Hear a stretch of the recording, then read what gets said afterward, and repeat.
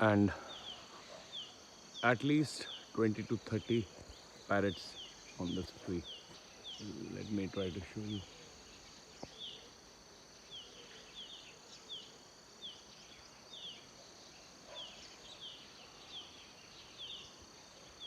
There it goes.